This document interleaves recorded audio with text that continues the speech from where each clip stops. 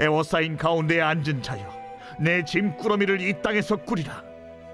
여호와께서 이와 같이 말씀하시되, 보라, 내가 이 땅에 사는 자를 이번에는 내던질 것이라. 그들을 괴롭게 하여 깨닫게 하리라.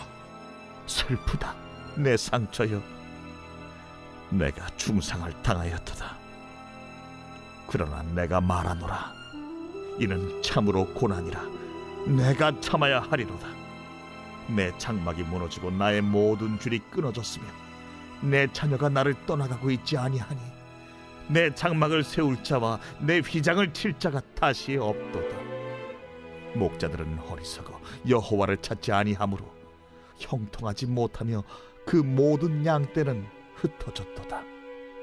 들을지어다. 북방에서부터 크게 떠드는 소리가 들리니 유다 성읍들을 황폐하게 하여 승냥이의 거처가 되게 하리로다.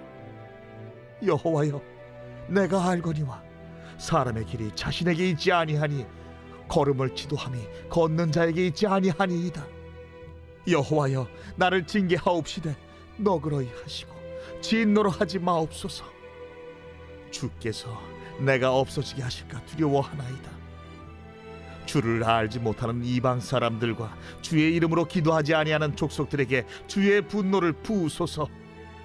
예레미야 10장 17절 18절 말씀은 바벨론 군대에 의해서 포위가 된 유다 백성들을 향하여 주신 말씀입니다. 17절, 에워싸인 가운데에 앉은 자여, 내 짐꾸러미를 이 땅에서 꾸리라. 여기서 에워싸인 가운데에 있는 자란 바벨론 군대에 의해서 포위가 된 예루살렘 성 안에 있는 사람들을 말씀하고 있습니다. 그리고 내 짐꾸러미를 이 땅에서 꾸리라. 이와 같은 말씀은 포로로 끌려갈 것을 준비하라는 말씀입니다. 그러니까 바벨론 군대에 의해서 완전 포위가 된 예루살렘 성 안에 있는 유다 백성들에게 포로로 끌려갈 준비를 해라.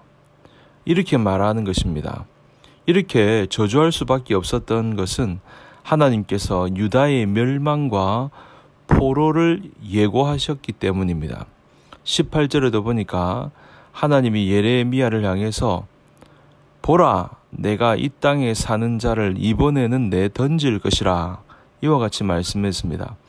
내던진다 하는 것은 유다를 멸망케 할 것이라고 하는 의미와 유다 백성을 포로로 잡혀가게 할 것이라고 하는 의미가 모두 내포된 개념입니다. 이렇게 말씀하시면서 18절 말미에 이렇게 말합니다. 그들을 괴롭게 하여 깨닫게 하리라. 그러니까 결국 예루살렘을 포위를 해서 결국 유다를 멸망시키고 유다 백성들을 포로로 끌고 가는 이유는 깨닫게 하기 위한 것이었습니다. 그렇다면 무엇을 깨닫게 하신다는 것입니까?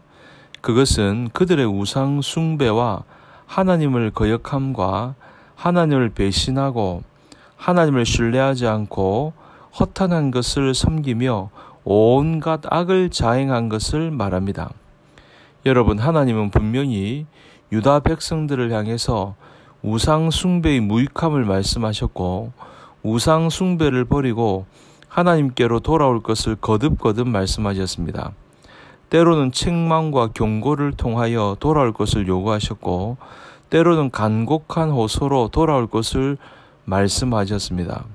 하지만 그럼에도 불구하고 유다 백성들은 자신들의 행위의 죄악됨에 대하여 깨닫지 못했습니다. 자신들이 얼마나 어리석은 짓을 하고 있는지 깨닫지 못한 것입니다. 그리하여 하나님의 말씀을 무시하고 듣지 못했습니다. 그러므로 하나님께서 마침내 바벨론이라는 심판의 채찍을 드시게 된 것입니다. 잠언 10장 13절에 이런 말씀이 있죠. 명철한 자의 입술에는 지혜가 있어도 지혜 없는 자의 등을 위하여는 채찍이 있느니라. 그렇습니다. 지혜가 없어서 말로 깨닫지 못하는 자에게는 채찍이 약입니다. 말로 깨닫지 못하는 자라도 채찍으로는 깨달을 수 있습니다. 그래서 하나님께서 미련하여 말씀으로는 깨닫지 못하는 유다를 위하여 채찍을 드시게 된 것입니다. 하나님께서는 자기 백성을 버리시지 않습니다. 하나님은 한 번도 자기 백성으로 택하신 이상 그들을 결단코 버리시지 않습니다. 대신 그들이 그릇 행하게 되면 그들에게 책망과 권고 등을 통하여 깨닫고 돌이키게 하십니다. 그리고 그렇게 권고나 책망을 통해서도 깨닫지 못할 경우에는 최종적으로 심판의 채찍을 통하여 깨닫게 하십니다. 그런데 유다 백성들은 하나님께서 말씀으로 하실 때는 깨닫지 못하다가 채찍으로 때리실 때야 겨우 깨닫게 되었습니다. 그래서 그들은 나라가 망하고 바벨론의 포로로 끌려가 엄청난 고통을 당한 후에야 돌이킬 수 있었습니다. 이렇게 볼 때 유다 백성들은 참으로 미련한 자들이었습니다. 여러분, 우리도 유다 백성들처럼 하나님께서 인도하시는 바른 길에서 떠나 그릇 행할 수 있습니다. 그것은 우리의 죄성으로 인하여 불가피한 일입니다. 그러나 하나님께서는 우리를 처음부터 채찍으로 징벌하시지 않습니다. 처음에는 말씀을 통해 또는 목회자의 설교를 통해 잘못을 깨닫도록 하십니다.